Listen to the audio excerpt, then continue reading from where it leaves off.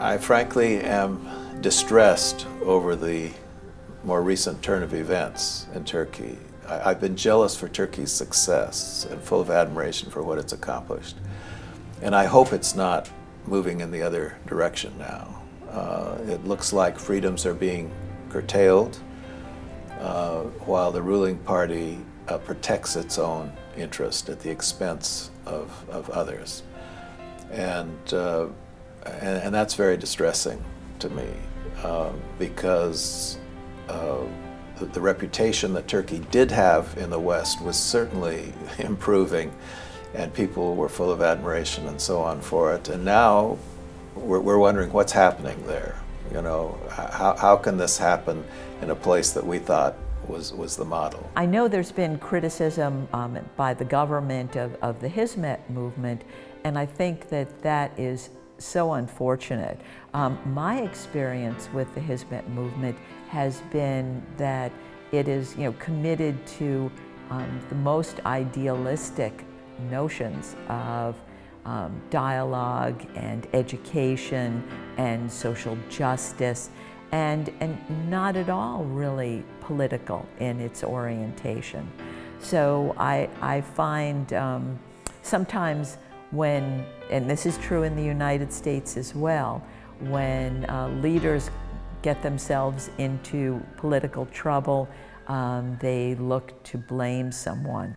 I find that sometimes in this country as well as in other countries, when leaders get themselves into difficulty, they might look for a scapegoat. They might look for someone to blame, and this is very unfortunate. We see Erdogan using a very benign, very supportive group such as the Hizmet movement as a means of creating fear in the minds of people so that he can enhance his own power.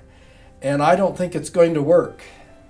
On a short-term basis, he may have some success in this, but the Turkish people are smart enough to not be fooled by this type of these types of lies. My statement to the people in Turkey is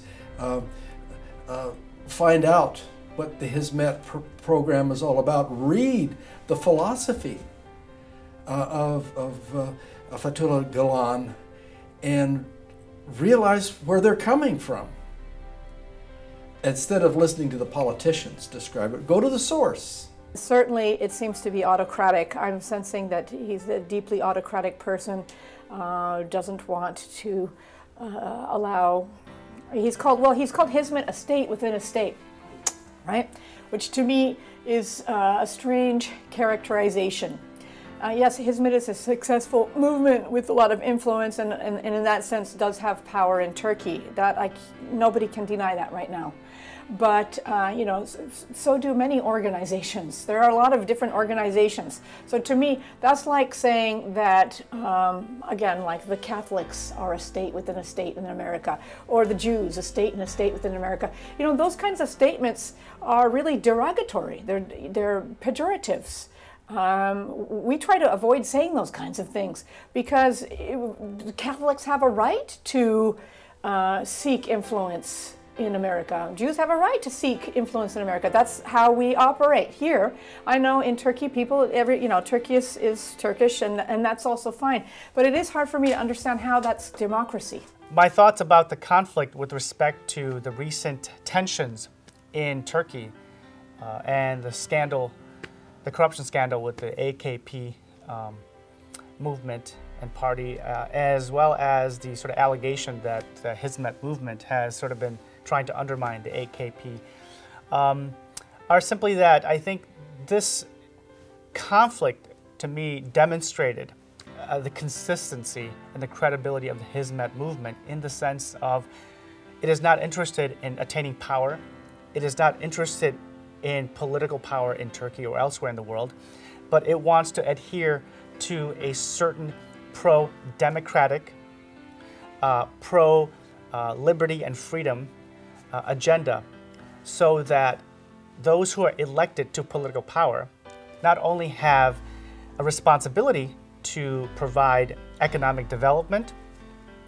and to provide education to their people, but at the same time are held to the highest ethical standards of conduct.